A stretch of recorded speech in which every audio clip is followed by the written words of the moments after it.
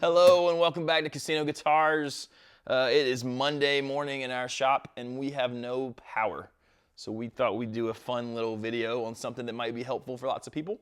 And that is the Nashville number system. The Nashville number system is near and dear to my heart. I played on Broadway in Nashville for quite a while and did some road work out in Nashville and a few little demo studio sessions. So I love the Nashville number system, and I think it makes lots of things better. I've also played in lots of churches where using the Nashville number system just simplified everything. I think if you're a musician and you understand the system, it helps. It's a great way to write charts. So the basis of the Nashville number system is that whatever key you're playing in, and we're going to only think in major keys today, that's a whole different discussion, but thinking in major keys, when you have the Nashville number system, all you're doing is you're just labeling 1, 2, 3, 4, 5, 6, 7. That's going to be all the notes in whatever scale of the key you're in. So like if we're in G, for example, it's just G, A, B, C, D, E, F sharp. If you don't know major scales, Google it, look it up on YouTube. You can find 1,000 things on major scales on the pattern. But, so we got G, A, B, C, D, E, F sharp.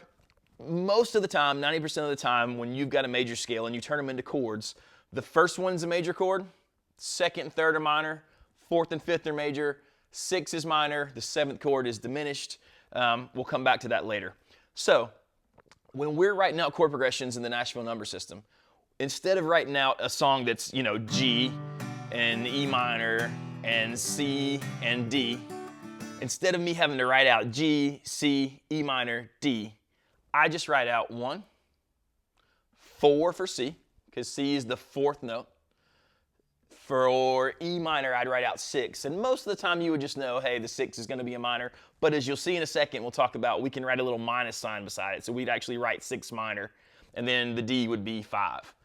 If I wanted to do that in the key of C, if I wanted to change to the key of C, rather, it would still be 1 would be C, 4 would be F, the 6 minor would be A minor, the 5 would be G. If I wanted to do it in the key of A, it'd be A major, and then I'd go to number 4 would be D. My 6 would be F sharp minor because the 6 is an F sharp in A, and then the 5 would be E. So it's really simple to say those numbers and to start to think in those numbers. And one of the main advantages is that you can transpose it that way without a ton of thought. So here's some examples of how that might work in the real world.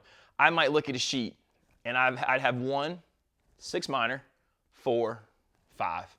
Now I could get that chart, and then when I get to a gig or a rehearsal or whatever, a studio session, maybe I was thinking in G, but they say, hey, we want to do it in the key of C. So in G, number 1 is just a G chord. The 6 with the minus sign is E minor. And then the 4 is a C. The 5 is a D. But if the singer says, hey, I'm going to do this in B flat, I can capo it, but I can also say in B flat, I can go, okay, here's a 1, here's a 6 minor, here's a 4, here's a 5. I just played that progression in B flat, and I didn't really have to think about it. I just had to start to think of chord progressions in the numbers relative to their major scale. Now, here's what's cool about this as well. I look at this and I know exactly how long to play each chord. So when each number is written down, that's one measure. So at the top of the chart, it's usually going to say 4, 4, 3, 4, 6, 8, whatever. If you don't know about time signatures, YouTube those too. Tons of stuff about that.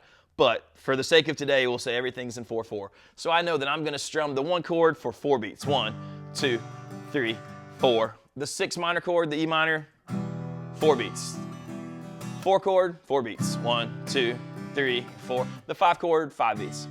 Now, you have to either have heard the song or someone has to tell you the feel to know whether you're going 1, 2, 3, 4, or 1, 2, 3. So that's still not in there, but I do know exactly how long I can play it. Sometimes you'll have something like this over one of the chords, and in Nashville, we always call those diamonds. That literally is a whole note. So if I saw that at the end of the progression, I'd go G, there's my 1, my 6 minor, my 4, and for the last one, I would just go, and I'd let it ring, and then I'd go to the next measure. That's all a diamond is. Now, down here, couple interesting things in this one. So this one's really simple. It's 1, 1, flat 7. That's a flat sign. Sorry for my atrocious chalkboard handwriting. We're doing the best we can under the conditions with no power. But so flat 7, 4, and another 1. You'll see that this is underlined. So what that means is that we're going to split the measure. That means this is going to get 2 beats. That's going to get 2 beats. So now, if this was in G, I'd have a G there. My flat 7, F sharp is normally my 7 in the key of G. Flat 7, I just do exactly what it says. I flat it. So now I'm going to play G, G, F, C, G. It would sound like this. It would be 1, 2, 3, 4. Another 1, 2, 3. Here's my flat 7. 1, 2, 3, 4, 1. There's my progression. The last one, one more interesting thing. This one I've got underlined again, but I've got 3 dots over the 4. So let's say that this was in the key of D. I'd play my 1 chord, which is 4 beats, my 5 chord, which would be an A, which is 4 beats. This is going to get 3 beats of this measure. That's only going to get 1 beat. That's how I'd count it. There's 1 again. So if I was doing that in the key of D, I'd have 1, 2, 3, 4. The 5 would be 1, 2, 3, 4, 1, 2, 3, 4, 1, 2, 3, 4. So I can split that measure any way I want. I could put 2 dots. Well, I wouldn't put 2 dots. That would be implied. I could put 1 dot here and 3 dots there. That just lets you split up the measure however you want. So, in a nutshell, in a big overarching view, that's the Nashville number system. All the chords in the progression, they get a number. Every time you see one, that's 1 measure. If they're underlined together, they're going to split the measure. If there's dots above it, you're going to split it however those dots tell you. Hope that is helpful. Let us know in the comments if you want to hear more about the Nashville number system and these types of videos. They're fun for us to make. We just want to make sure they're informative for you. So I hope you enjoyed it. I hope that was helpful. Feel free to ask us any question in the comments. Please click like and subscribe and hit the little bell so you can see all of our videos when they come out. Thanks a bunch. Have a great day.